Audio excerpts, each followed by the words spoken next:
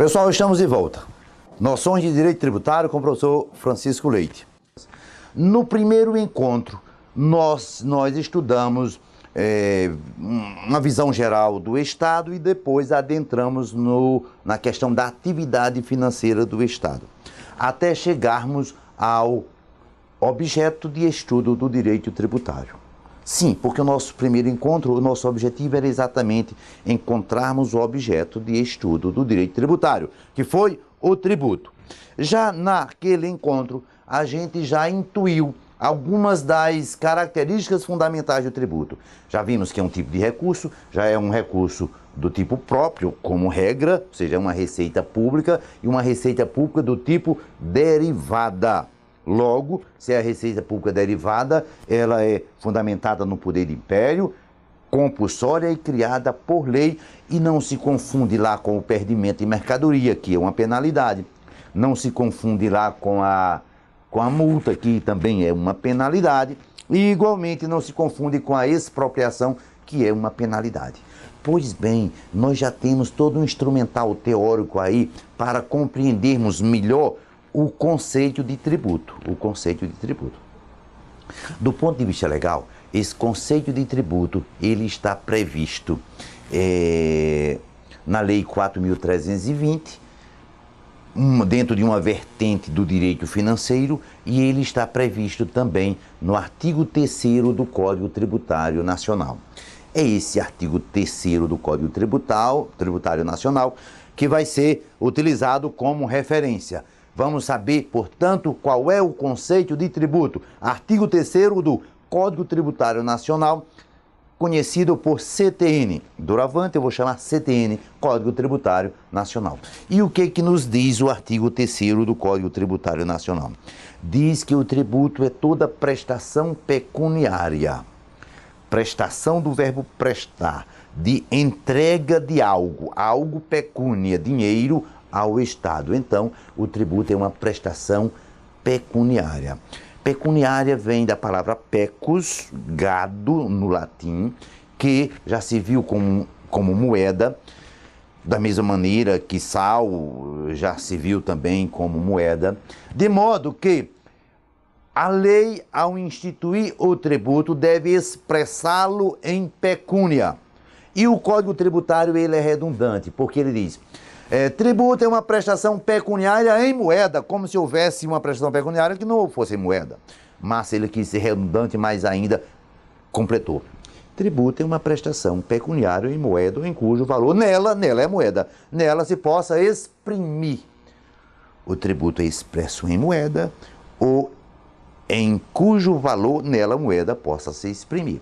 Quer dizer, não há a criação do tributo feito por lei expresso em serviços ou in natura, tantas sacas de batata, não existe no ordenamento jurídico brasileiro, não. O tributo aqui é expresso em moeda. Não confundir a expressão do tributo com o seu pagamento. Pagamento pode haver até pagamento em dação de imóveis, mas o tributo ele é expresso em moeda, em pecúnia, ou em cujo valor nela a moeda possa exprimir. Como, por exemplo, já houve a expressão do tributo aqui em OTN, em BTN, e até 95 em UFI. Tudo bem, aí é um valor que expressa moeda também. Continua o Código Tributário Nacional. Tributo é uma prestação pecuniária em moeda, ou em cujo valor nela se possa exprimir, criado por lei. Sim, nós já sabemos disso, porque o tributo é o quê? O tributo ele é uma receita pública derivada, fundamentada no poder do império, obrigatório, logo tem que ser instituído por lei. Quando eu falo instituído por lei, significa uma lei que vai definir os aspectos fundamentais do tributo, o fato gerador, quem é o contribuinte, a base de cálculo, as alíquotas, tudo isso. Isso é instituir o tributo. Iremos ver posteriormente, em um outro vídeo, que o tributo ele só pode ser criado por lei, mas no Brasil também, obedecidos requisitos e medida provisória, também poderão ser criados por medida provisória. Mas é bom salientar que um decreto não pode criar um tributo, que uma portaria não pode criar um tributo, que uma instrução normativa não pode criar. Tem que ser norma jurídica primária, lei. lei como ato típico próprio do poder que legisla. Continua o artigo 3º do Código Tributário Nacional. Tributo é uma prestação pecuniária em moeda, em cujo valor nela a moeda possa se exprimir, criada por lei compulsória. Também já sabemos que o pagamento do tributo ele é compulsório e essa compulsoriedade decorre diretamente da lei. O tributo é uma obrigação ex lege, depende da lei, decorre da lei. Não ex voluntate, não depende da vontade. Aquelas receitas originárias, tarifas, preços públicos, esse sim, depende de um acordo, de uma avença. Não o tributo. As receitas derivadas todas, a multa, o tributo também, ele só podem ser criados através de uma lei e são obrigatórios. São obrigatórios. E a obrigatoriedade é imediata, não é reflexa como as receitas originárias.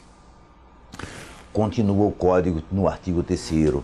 Tributo é uma prestação pecuniária em moeda em cujo valor nela possa exprimir, compulsória, criada por lei e que não constitui sanção de ato ilícito.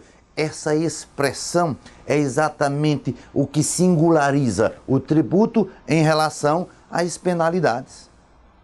Observem que multa é uma receita derivada, fundamentada no poder de império, criada por lei, obrigatória, mas é uma sanção. Perdimento de mercadorias é uma receita pública derivada, criada por lei, obrigatória, mas é uma punição, é uma sanção. Expropriação, idem, o tributo não. O pagamento do imposto de renda não se dá como causa um ato ilícito, O fundamento do pagamento do tributo é outro, é um dever fundamental posto pela Constituição em função desse dever de solidariedade das pessoas com outras pessoas e que moram e que pertencem a um estatuto jurídico de um Estado. É um dever fundamental, não é um ilícito. Mas é preciso ter um certo cuidado, porque muitas vezes, a pessoa pratica um ato ilícito e, de forma reflexa, termina praticando o fato gerador de um tributo. E, nesse caso, está obrigado a pagar o tributo. Exemplo.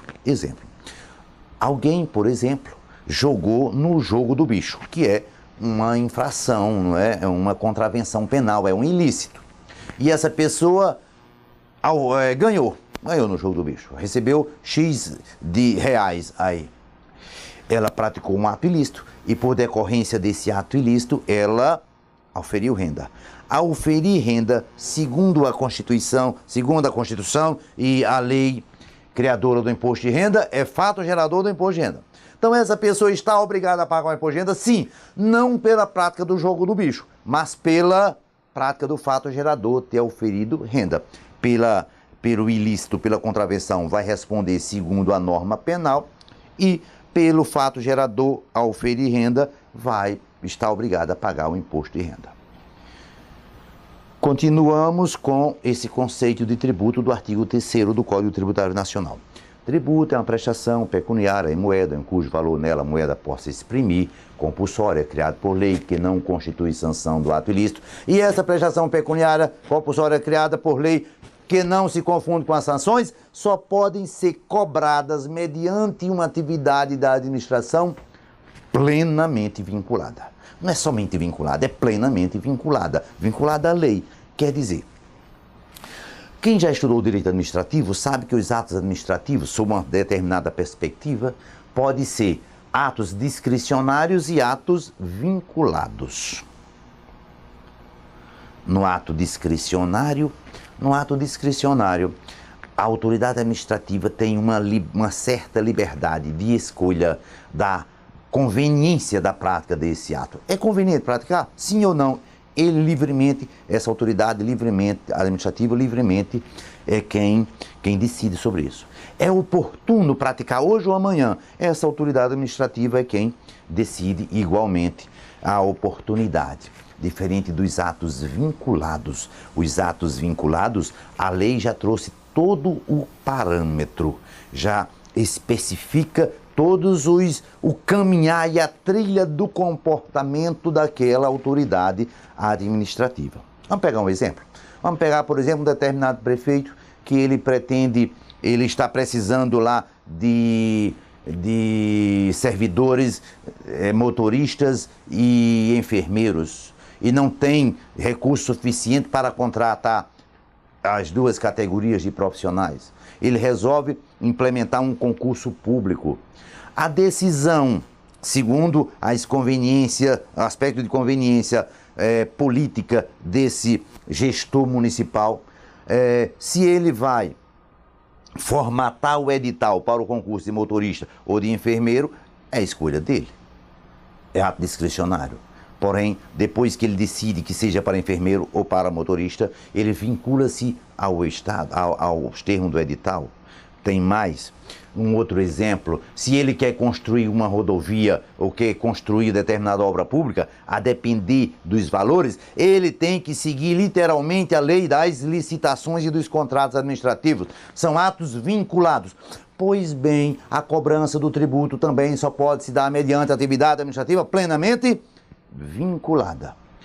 A lei diz qual é o fato gerador, qual é a base de cálculo, qual é a alíquota, quem é o contribuinte. Se a lei, por exemplo, do ITBI do município de João Pessoa, lá na Paraíba, estabelecer que a alíquota do ITBI é de 3%, não pode a autoridade administrativa que vai cobrar esse ITBI nem cobrar mais do que 3% e nem cobrar menos do que 3%.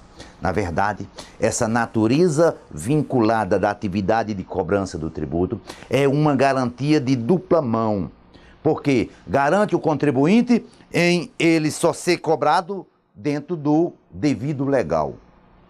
Garante o Estado em receber, certo, o que legalmente lhe é previsto como devido. É uma característica importante do tributo para evitar abusos, seja do Estado, seja do contribuinte, ok? Eis, pois, aí o conceito de tributo. Quando você for obrigado a entregar algo ao Estado, deve perguntar: qual a causa desse meu dever de entregar essa moeda pecúnia ao Estado? Eu estou entregando porque eu fiz um contrato de prestação de serviço, ou de compra de mercadorias, ou de ordem contratual, ou um contrato de locação, ou eu estou entregando porque eu estou sendo penalizado, ou não. Todo tipo de recurso que você entregar ao Estado, que se amoldar a esse conceito de prestação pecuniária compulsória criada por lei, que não constitui sanção de ato ilícito, isto é um tributo que você está pagando. Eis, portanto, aí o conceito de tributo. Tá, nós já sabemos então o que é tributo, mas é preciso avançar para dizer que tributo, ele é um gênero que comporta espécies. Lá no artigo 5º do Código Tributário Nacional, repita-se o CTN, que é a Lei 5.172 de 66, está escrito que tributos são impostos, taxas e contribuições de melhorias. A Constituição de 88 traz mais duas espécies, que são os empréstimos compulsórios e são as contribuições sociais. Então, são 5 espécies de tributo. O STF, Supremo Tribunal Federal, entende como espécies autônomas de tributo 5: impostos, taxa, contribuição de melhoria, empréstimos compulsórios e as contribuições sociais. Todos são tributos, todos se enquadram nesse conceito do artigo 3º do Código Tributário Nacional, mas tem diferenças específicas entre eles. É preciso saber a diferença de um imposto para uma taxa, para uma contribuição de melhoria. Como descobrir, ou como saber, ou quais são os critérios que a gente pode trabalhar para entender a diferença de um tipo, de uma espécie de tributo para outra espécie? Como? Aí surge um conceito importante, que é o conceito de natureza jurídica do tributo. é o conceito de natureza jurídica do tributo. É um conceito importante. Na verdade, todos os livros de direito, não só de direito tributário, traz essa expressão natureza jurídica. Natureza jurídica. Se o aluno de direito ou o profissional de direito estiver estudando o casamento, vai encontrar lá uma parte lá, a natureza jurídica do casamento. Se ele está estudando o Instituto do Contrato de Compra e Venda, vai lá, a natureza jurídica do contrato de compra e venda. Se ele estiver estudando as arras da enfiteuse, natureza jurídica das arras, natureza jurídica da enfiteuse, natureza jurídica do mútuo, da posse e etc. Os institutos jurídicos têm uma natureza jurídica.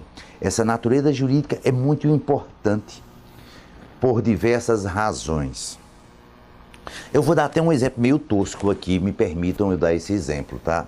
Mas uma pessoa, gente, natureza humana. Um gato, natureza felina. Natureza humana diferente de natureza felina. São animais, todos são animais, mas com naturezas ontológicas, natureza de essência diferenciadas. Existe um artigo no Código Civil brasileiro que diz: todas as pessoas são sujeitos de direitos e de obrigações. Todas as pessoas. Ou seja, animal com a natureza humana pode ser titular de direitos e de obrigações. Gato, porque não tem natureza humana, não é sujeito de direitos e de obrigações. É verdade que já se estuda os direitos dos animais, mas é uma outra discussão, não venha calhar aqui. O fato é que esse gato tivesse a natureza humana, seria portador de direitos e de obrigações. E por que não tem? Porque a natureza é distinta. Quer dizer, a natureza, nesse meu exemplo, a natureza ontológica determinou um plexo de direitos e de obrigações para as pessoas e não para os gatos. A gente poderia pegar um outro exemplo agora mais no âmbito jurídico. Num contrato de compra e venda, quem são as partes? O comprador e o vendedor. Comprador e vendedor têm direitos e têm obrigações recíprocos. O contrato de doação tem o doador e o donatário, são as partes. Direitos e deveres também.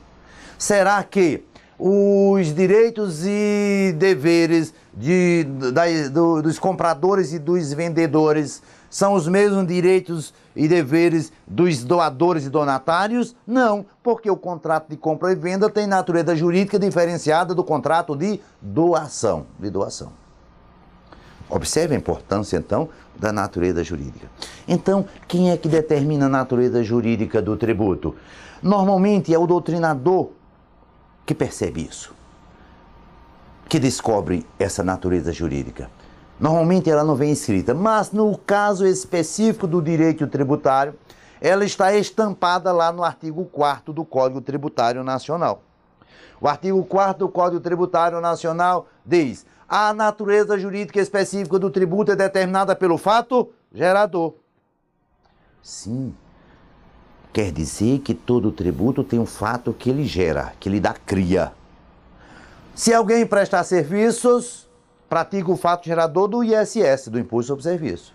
Se alguém importa mercadorias, pratica o fato gerador do Imposto de Importação. Se alguém é proprietário de um veículo automotor, ele está praticando o fato gerador do IPVA. E se alguém industrializa produto e vende esse produto industrializado, pratica o fato gerador do IPI. Todo tributo tem o seu respectivo fato gerador. Pois bem, é esse fato gerador quem vai me dar o discrimínio, o parâmetro para eu descobrir, certo? Se aquele tributo é uma taxa, é uma contribuição de melhoria ou é um imposto, uma taxa, uma contribuição de melhoria. A natureza jurídica serve para isso. E quem determina a natureza jurídica do tributo, segundo o artigo 4º, é o fato gerador. O fato gerador é, portanto, uma situação da vida: importar mercadoria, prestar serviços, auferir renda. Uma situação da vida expressa pela lei, já que o tributo só pode ser criado através de uma lei. E continua o artigo 4º do Código Tributário Nacional. A natureza jurídica específica do tributo é determinada pelo fato gerador, sendo irrelevante a denominação. Quer dizer, a denominação, o nome, o batismo que se venha a se dar a um determinado tributo não é relevante para efeito de determinação da natureza jurídica do tributo. O que é relevante é o fato gerador. Assim, por exemplo, se Maria mudasse o nome dela para Carmen, eu suponho que a entidade biopsíquica de Maria não seria alterada só porque ela mudou de nome. Eu estou falando no pressuposto de que Maria não acredita na numerologia nem na mandala. Nada contra também se acreditar. Tá? Mas para o meu exemplo, ela não acredita, então ela mudando esse nome não vai alterar a essência de Maria. Maria vai continuar sendo aquela mesma entidade biopsíquica, aquela mesma pessoa. Isso não vai alterar porque ela mudou o nome para Carmen. Da mesma maneira, se o legislador, certo, chamar uma taxa, cujo fato gerador é próprio de taxa, e for chamado de imposto, aquele tributo não se transforma em imposto só porque a lei alterou o nome e denominou de taxa. Aquilo continuaria sendo, de imposto, ali continuaria sendo uma taxa. Porque o nome, a denominação, o batismo não é relevante para efeito da determinação da natureza jurídica do tributo. Continuamos. Continua o artigo 4º. A natureza jurídica do tributo é determinada pelo fato gerador, sendo irrelevante a denominação, já sabemos, e sendo irrelevante também o destino do produto da arrecadação. Isso daí pode nos chocar. Como assim? Quer dizer que o destino do produto da arrecadação não é relevante? Claro de que a gente só paga tributo porque reconhece uma relevância nesse dever fundamental de pagar tributo. Como é que o artigo 4º do Código Tributário vai dizer que o destino do produto da arrecadação não é relevante? É questão de contextualização. Aqui, essa irrelevância do destino do produto da arrecadação do tributo é apenas para efeito de determinação da natureza jurídica do tributo. Para eu saber se aquilo é uma taxa, um imposto ou uma contribuição de melhoria, o destino não importa. Para outros fins, para os fins políticos gerais, é óbvio de que só se paga tributo porque reconhece uma finalidade e uma importância extraordinária no seu emprego legítimo. Mas já sabemos, se eu quero descobrir qual se um tributo, se aquilo é uma taxa, um imposto ou uma contribuição de melhoria, eu só preciso saber do fato gerador. A denominação não é relevante e o destino do produto da arrecadação também não é relevante. Mas calma, o Código Tributário Nacional é de 1966, a Lei 5.172. E em 88 nós tivemos uma nova ordem constitucional. A Constituição de 88 traz duas espécies de tributo, que são os empréstimos compulsórios e as contribuições sociais. O problema é que a Constituição Federal, para efeito para essas duas espécies, atribui uma grande relevância à destinação, certo, da receita obtida com essas duas espécies de tributos.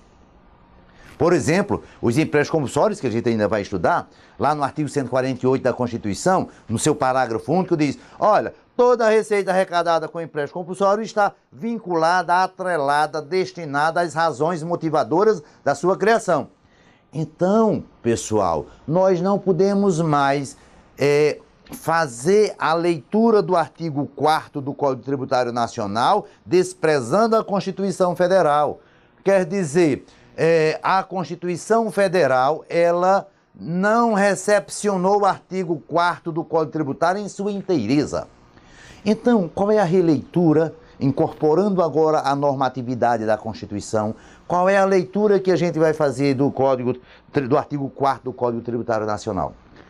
Assim, A natureza jurídica do tributo é determinada pelo fato gerador, sendo irrelevante a denominação, sendo irrelevante o destino do produto da arrecadação, vírgula, salvo em relação aos empréstimos compulsórios e às contribuições sociais, porque para essas duas espécies a Constituição Federal atribui grande relevância.